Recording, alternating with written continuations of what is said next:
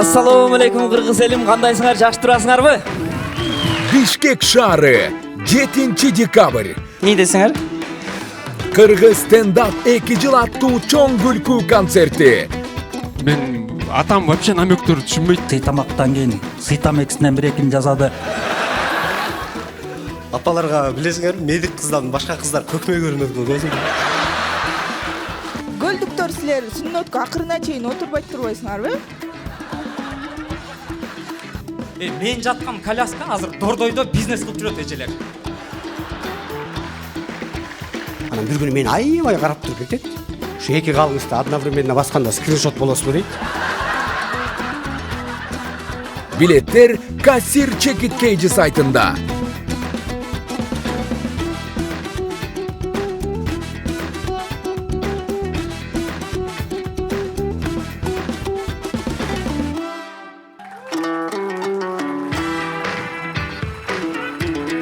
Улантабыз достор, анда эмесе кийинки стендапчы сиздер жакшы көргөн, жакшы тааныган Улукбек Шакира.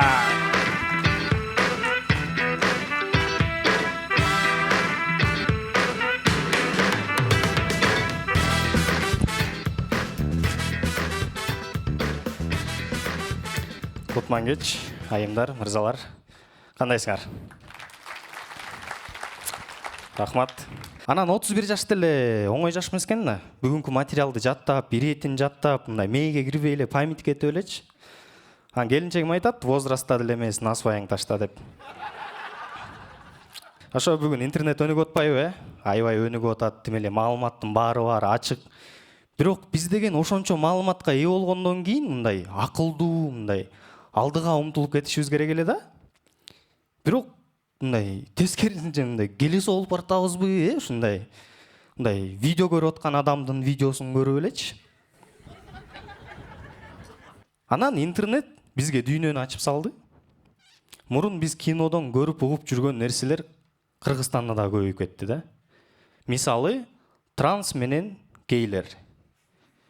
Кыргызстанда ошолор көбөйө баштаганда мен ичкенди токтоттум.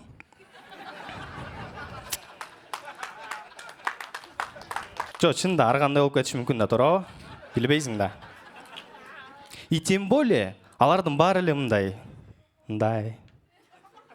койчай дегендер эмес турбайбы, э? Аларда деле мындай мрачныйлар бар экен.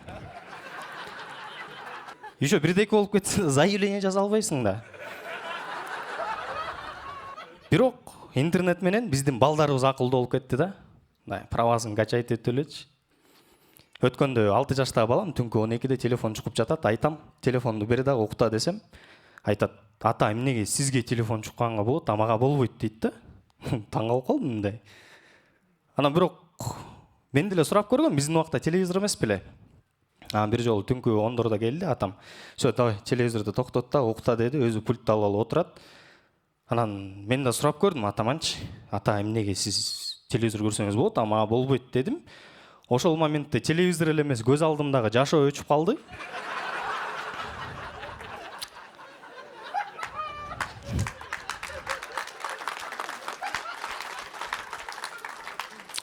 Бизге айылдыктар үчүн 1 сентябрь, 25 май дегендер вообще майрам эмес. Чын. Шаардыктар булар, клубка барып, чоңураак класстар, кычырап кийинип алып.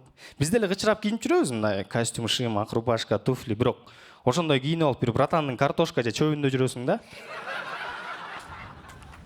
Чек. Анан айылдагы братандардан мындай типке бөлүп алгам да өзүм үчүнчү. Мындай сүйгө чалдыккан братандар бар. Мындай сүйгөн менен урушуп кетип эле сенден чыгарып элечи.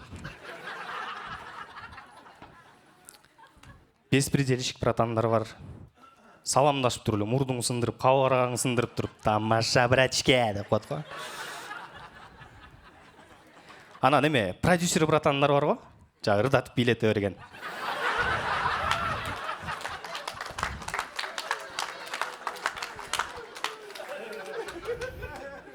Ошондой гон система менен мектеп убактысы өтүп кетти да биздикичи.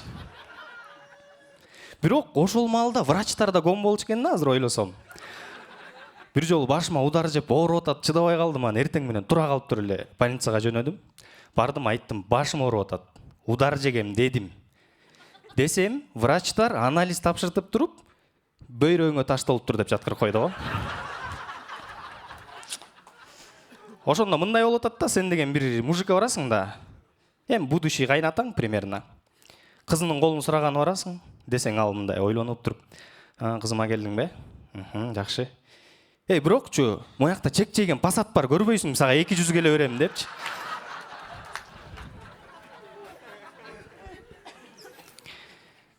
Мындай адамдын да түрлөрү өлө көп го. Мындай адамдар бар да, мындай. Жо мактангандык деле эмес деп мактанып коебуз. Жо жамандагандык деле эмес, бетине деле айтам деп бир жамандап коебуз.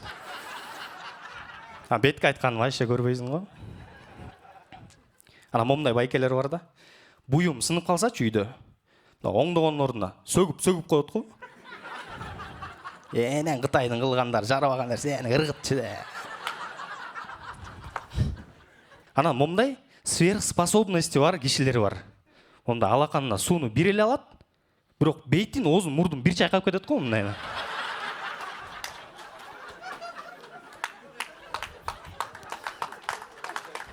Рахмат. Аябай аракет кылып атасыз. Рахмат. Вообще. Жакшы, оңолуп келатасыңар. Кыргызстан өнүгөт. Момундай страшный адамдар бар, мен ошолордон корком. Мындай коркунучтуу окуяны күлүп алып айтып берет го. Өткөндө келатса, менин 2 машина сүзүш мейси жерде жатат да кой. Өлө энтузиазм менен айтып берип атат. Биз кыргыздар тааныш издей бергенибиз не в тему да. Любой нерсеге. Албай сен ошол жакта иштечү эмес белең. Да срочно да паспортты ксерокопия кылыш керек болуп атат деген сыяктуу элечи. Мен аялымды сыйлайм, жакшы көрөм. Көзүнө чөп салбайм. Идеальный болгон үчүн эмес. Аракеттер болгон негизичи.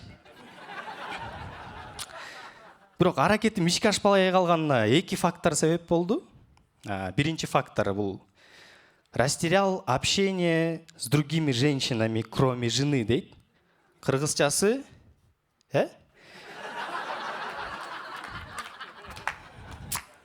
экинчиси болсо не харизматичный, дейт. Кыргызчасы ошо. Көбү айтат да, 5 жыл үй бүлөлүк жашоодон кийин эркек духу жок болуп калат депчи. Духу болот, просто духуң аялыңда болот да. Керек кезде аласың, колдоносуң, кайра аккуратно коюп коесуң ордуна.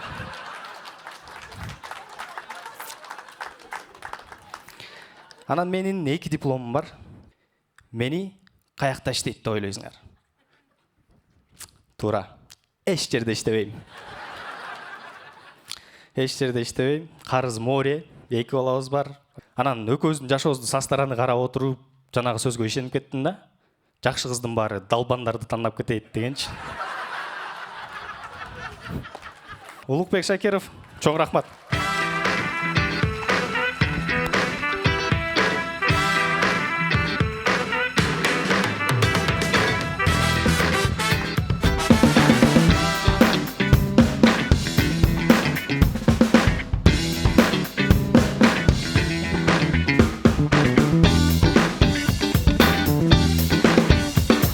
Жакшы, негизи ар бир тамашадан өзүбүздү издегенге аракет кылалы. Эгерде тема сиздерге жакын болсо, жана сүйлөшкөндөй эле кыйкырып, ышкырып, жанагы ай деп жана демени скутерди чакыргандай эле кыйкырсаңар болот. Өлө харизмаңарды бересиңер, ошо скутерщиктерди байкадыңар беле? 5 мүнөт өтүп кеткенден кийин жанына барып алып сүйлөп аткандай го мындай. Тиги 2 километрде жүрүп, жүрөгү түшүп калат ичинде жанагын бет. Аябай срочно болуп атса дейт. Примерно ошондой эмоцияларды кошобуз. Анда эмесе Таластан келген Султан Бейбар.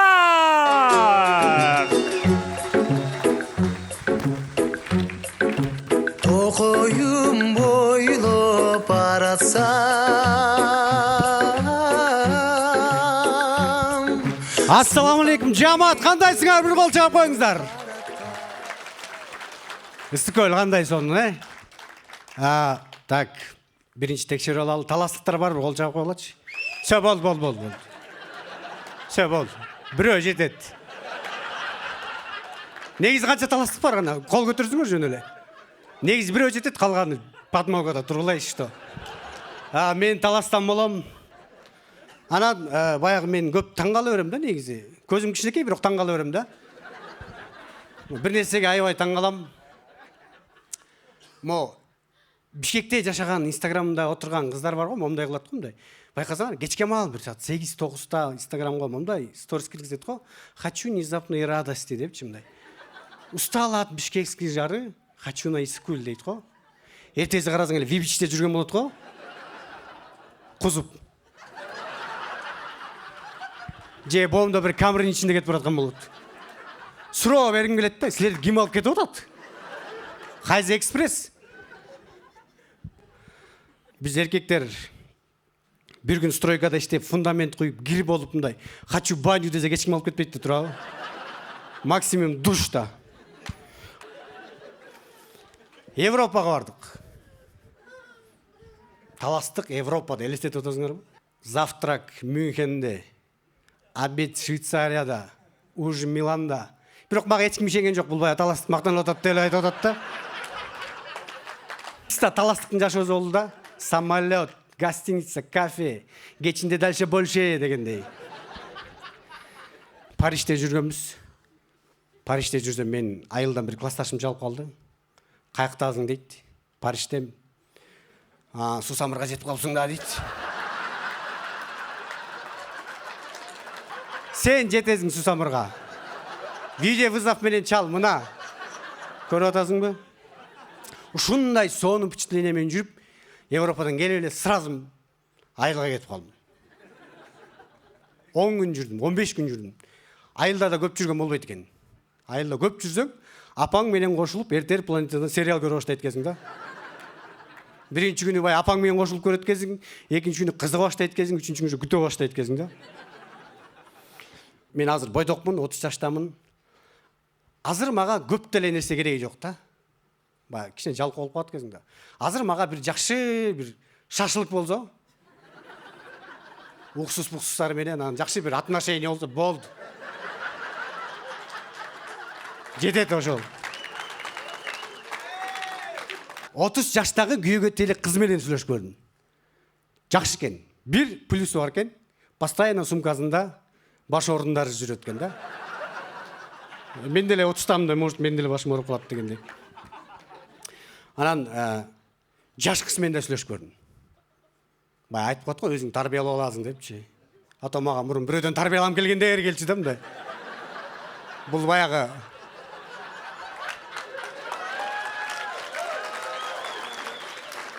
Құдай бергенге машинан көрсеткенге барғанда ұста айтады ғой, маға сен кім жасады еле деген дейді.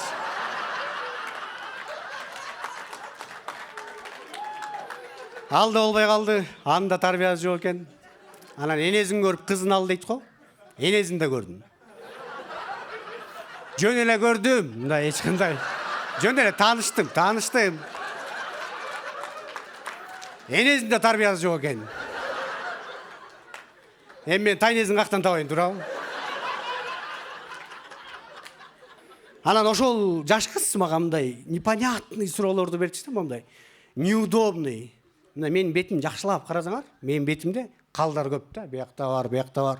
Бір күні мен аябай қарап тұрып кетеді. Ушу екі қалыңызды одновременно басқанда скриншот боласы ба дейді.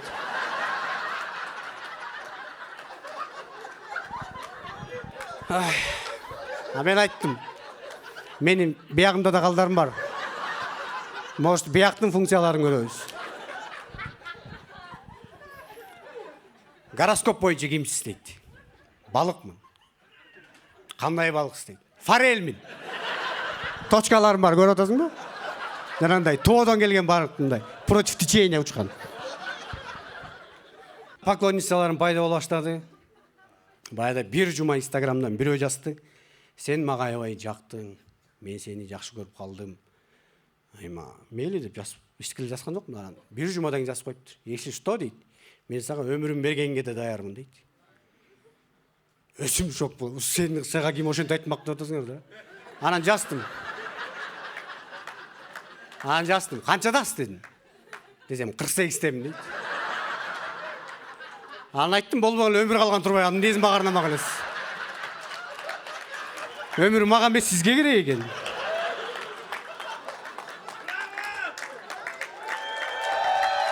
Рахмат. Рахмат. Үй алгам, үйдү ремонт кылып атам. Ушул ремонт кылып атып бир нерсени түшүндүм да. Кыргыздар биз жакшы уста издеп жүрүп өткөтөт экенбиз да мындай. Фундамент куйганга бир жакшы уста керек, крышага бир уста керек, сантехника депчи. Анан ойлондум да мен баягы. Усталар көп, аз чоң стройкалар болуп атат.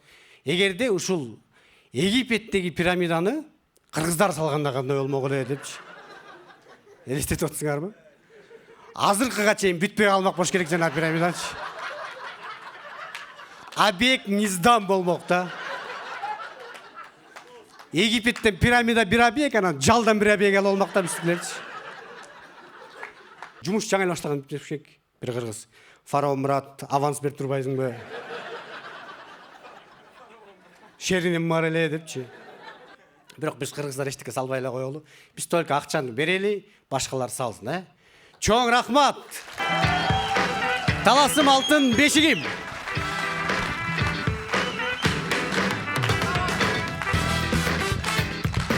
Чоң рахмат, Султан Бейбаш. Ой, Бейбарс. Майбаш, жок. Жакшы. Жаготабы сон болду, Мен дагы ошо кошулам да. Кыргыздар если немени салып калса, пирамиданын крышасы жабылбай 5 жыл турмак болуш керек жөн эле. Могу кимдин объектиси деп. Билесиңерби, геминдин жанындагы контейнерде ары өтүп бери өтүп мояка эмне болот экен деп эле. 15 жыл жүрдүк го. Каяка жеттиң сен? Контейнерге жеттим деп коелу. Улантабыз, келгиле. Аны эмесе кийинки стендаперди бул жерге чакырайын. Кубаныч Курманбеков.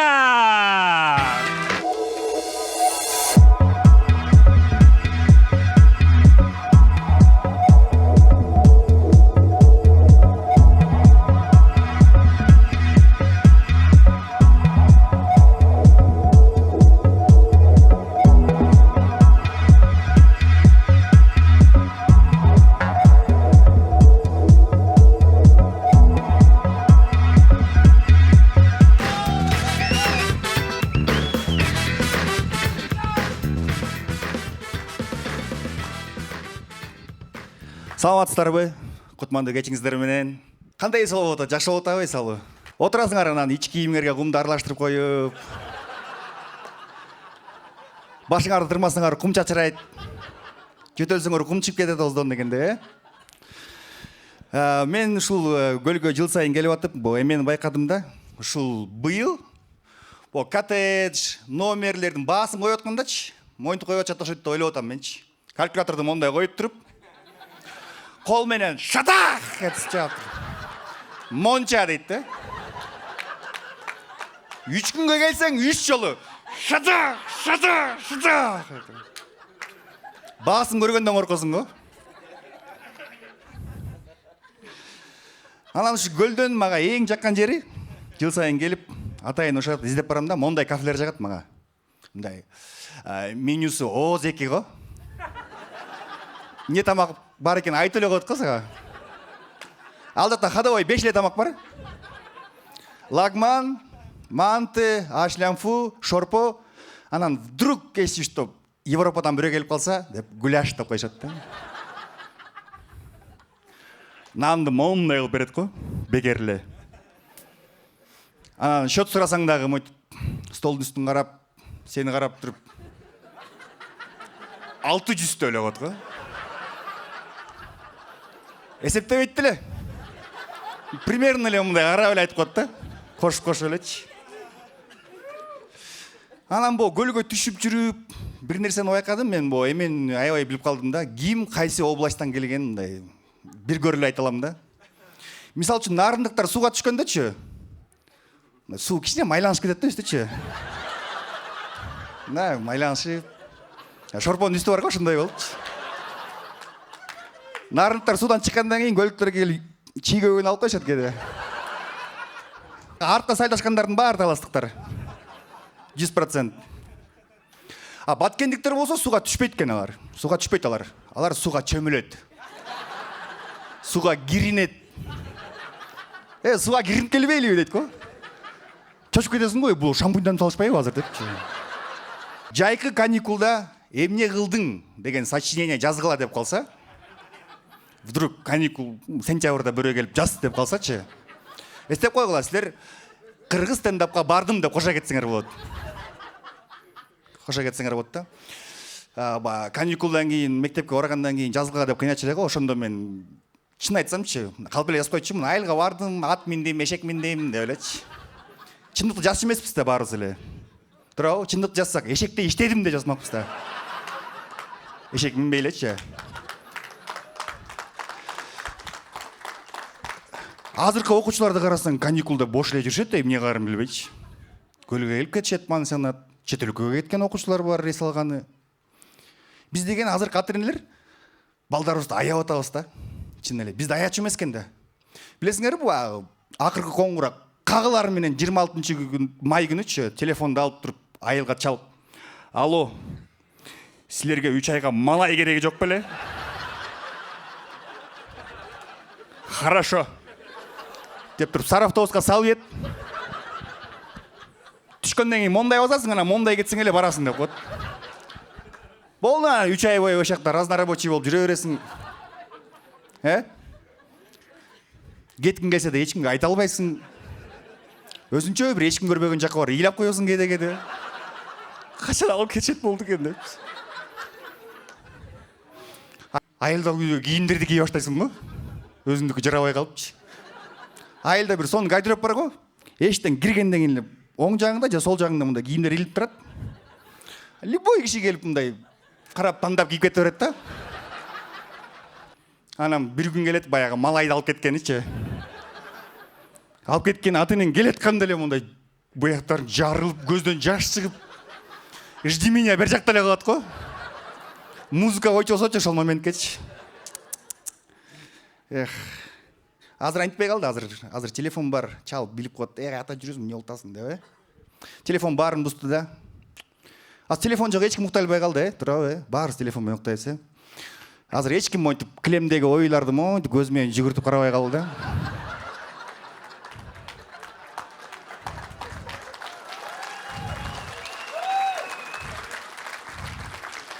Мен түшүндүм ошо килемдерди эмнеге дуалга келчү экенинчи. Ошону карап отуруп, мону галлюцинация болуп, аны уктап калсын деп илиптир да. Дагы байкашымча, кытайлык кыргыздар көбөйдү, Байкадыңарбы, кытайлык кыргыздар. Залда деле отурушат азыр экичи точно. Кытайлык кыргыздар көбөйдү. Ушу кытайлык кыргыздарчы мындай. Сон көтөрүп алып жүргүн келе берет го мындай. Уту депчи. Сүйлөгөндөрүн угсаң мындай жомок айтып берип аткандай го.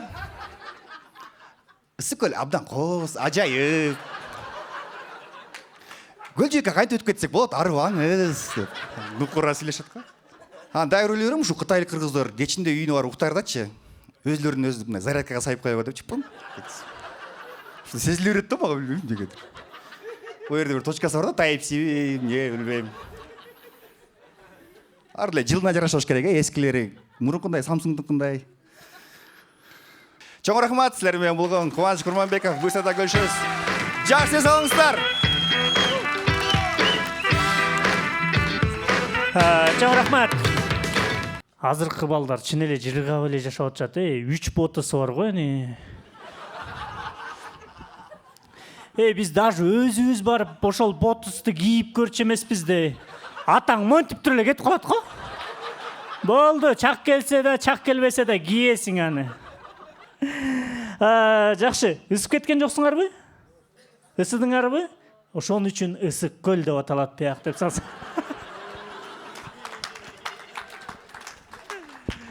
Келгиле, кийинки байкебиз тозо болалы. Бул байке сиздерди муздатат.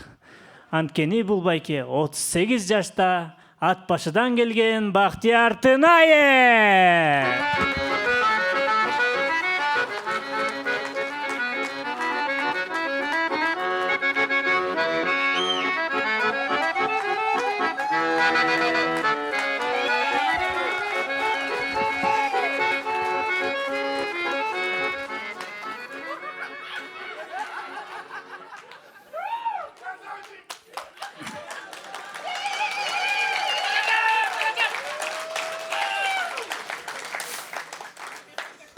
ырдавичи эле чыктым окшойм, а? Ассалому алейкум достор. Кыргыз стендапка кош келипсиздер. Бүгүн менин колдоочуларым да келди. Мага өтө жакын адамдар. Кошуна байкелериме бир кол чалып койсоңуздар.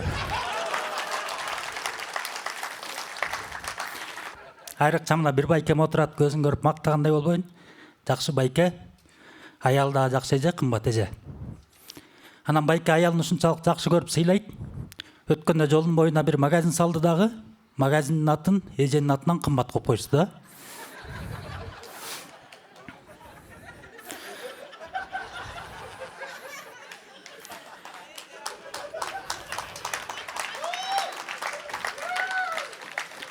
Анан магазин жакшы иштеген сотот. Кирсең мындай товар толтура да. Менден башка деле киши кирбейт окшойт. Эже кирип соода кылсаң ушунчалык сүйүнүп, жакшы мамиле кылат. Өткөндө пиво алып чыгып барсам аш болсун дейт го. Аш болгондо анын аягы ызычы менен эле бүтөт да. Мен кыргыз стендапка келгениме туура 2 жыл болуптур. 2 жылдын ичинде бүгүнкү күнү кошкондо кыргыз тилинде 10 монолог жазыптырмын.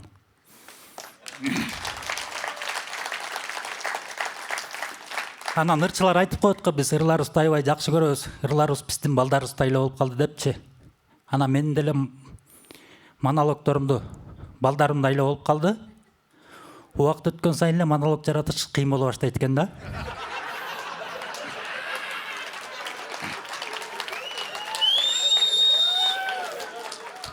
Анан бизде кыргыз стендапта мындай принцип бар.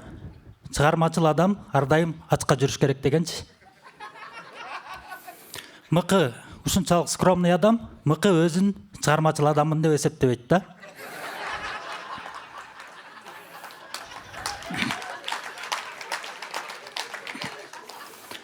Мыкы акыркы күндөрү ушунчалык мындай кенен жүрө баштады. Кофени только заправкалардан алып ичет да. Менин матисим бар 08. Ошого даже заправкадан май куйбайм да мен. Жана разливнойлор бар го, 600 сомго 10 литр келет деген. Ошолордон куям да. Анан негизи биз кыргыз стендаптын жамааты ба концерттерде чогуу жүрүп, роликтерди чогуу тартканыбыз менен биз деле мындай стендапчылар социалдык катмарларга бөлүнөбүз. Бизде ортоңку катмар жок, үстүңкү катмар, анан ылдыйкы катмар да. Үстүңкү катмарда Саламат Алиев, Куба, Самат, Алмаз. Амага баары бир. Курсак тойгон жерде жүрүп берем да. Тигилерге кошулсам буларды жамандайм. Буларга кошулсам тигилерди жамандайм. А баары соо болуп калганда кодулдарды жамандайм.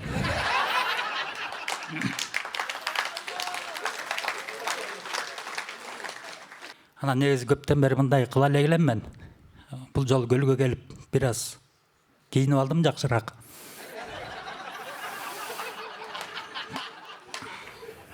Жаңы кийин кийсем эле мындай неудобно боло баштайм да.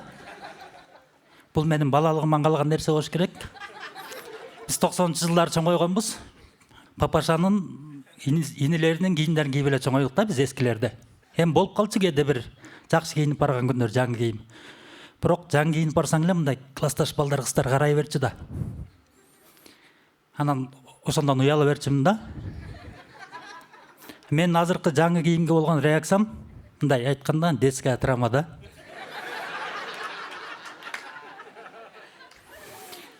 Анан жана айтып кетпедим биз 2 катмарга бөлүнөбүз деп. Биздин арабыздан мыкы уюштуруучу катары өзүн калыс алып жүрөт. Бир буту менен ылдыйкы катмарда, бир буту менен өйдөңкү катмарда турат да. Концерт бүтөрү менен сразу өйдөңкү катмарга секирип кетет. Так что эртең шаарга кетчүлөр болсо, орун болсо бизди ала кеткиле.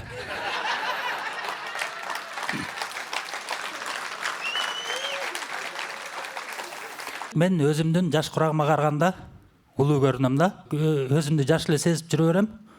Улуу көрүнөрүңдү базарга кийим алганы барганда, ошакта кийим саткандар эсиңе салат да. жакшы эле Nike, Adidas деген кепкаларды кийип көрүп атсаң эле жок байке бул сизге болбойт деп эле мону кийип көрүңүзчү деп Алык Усмановдун шапкалерди алып келип кийгизип эле мына эми сом болуп калды, скромный болуп калдыңыз деп. Нормальный күлөш жынсылардан кийип атсаң да кое тур байке, азыр келем деп эле. Моянда чөнтөгү бар жынсылар. Сонун байке папаша алып берген 2 жылдан бери кийип жүрөт деп. Ана мен изилдедим, анализдеп. Мен неге улуу көрүнөм депчи. Мен үй бүлө деле багып кыйналган жокмун. Миграцияда деле болгон эмесмин.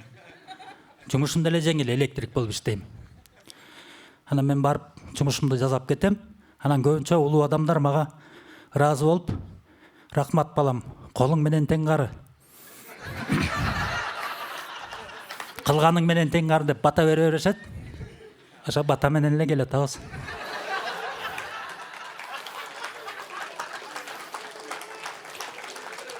Көрсө, неудачник адамдарга мындай батан деле зыян тиет экен да. Ана менде жашоомдо 2 жаңылык болду. Бирөө жакшы жаңылык, бирөө анча эмес, бирок жакшы жаңылыкка себепкер да. Жакшы жаңылыгым 1 ай мурун сокулуктан үй алдык.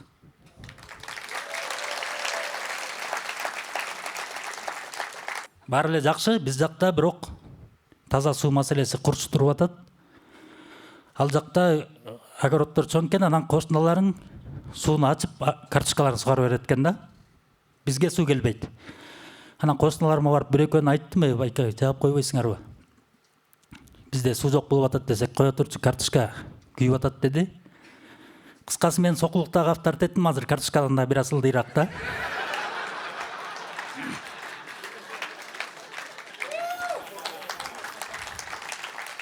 Чоң рахмат.